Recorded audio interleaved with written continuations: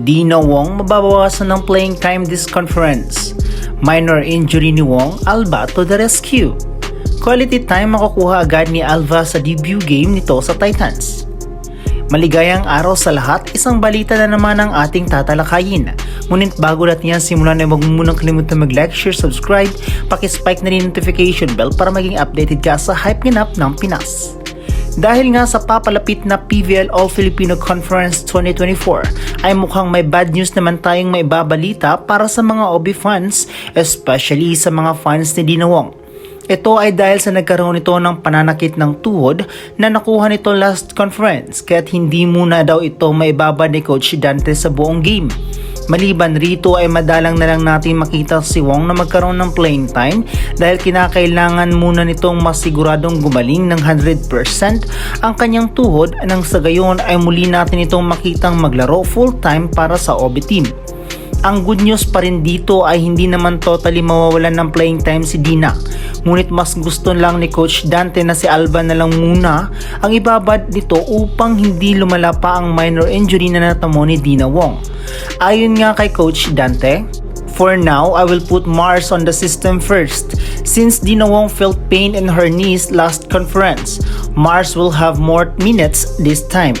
Ibig sabihin lang nito ay magiging babad nga si Alba on her debut game sa Titans at makikita nga natin dito kung paano mag-adjust si Alba sa bago nitong kupunan. Isa nga sa mga ipinagpasalamat ng mga fans ay buti na lang dumating si Alba sa kupunan ng mga OB dahil may magiging magandang kapalitan nga si Dina Wong na maaasahan sa blockings at pati na rin sa depensa ay maayos rin ang ipinapakita nito.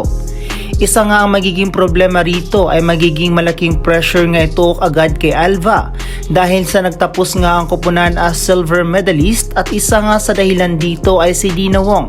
At ngayon malaking hamon ito para sa kanya kung kaya ba nitong mapantayan ang nagawang performance ni Dina. Isa pang problema rito ay kailangan rin ng mga fans ni Wong na maintindihan ang kalagayan nito kung bakit hindi ito muna maibaba ni Coach Dante sa laro dahil sa kanyang knee pain. Mas maigi siguro kung maintindihan natin ang sitwasyon at wag mo naman nating sanang i-bash si Mars Alba. Bagkus suportahan na lang natin dahil para rin naman ito sa kapakanan ng OB team. We pray for your fast recovery, Dina Wong. Magiging unang laban nga rito ng Titans ang Next Led Chameleons ngayong February 22, 2024 sa oras na 5 PM. Mga ka-Spike, sa tingin nyo ba ang kayang ma-take over ni Alba ang responsibilidad na ibinigay sa kanya ni Coach Dante? Magiging makulit kaya si Alba gaya ng ipinakita niya noon nung F2 Logistics pa siya? Kaya bang pumalag ng Titans sa unang laban nito kontra Next Led?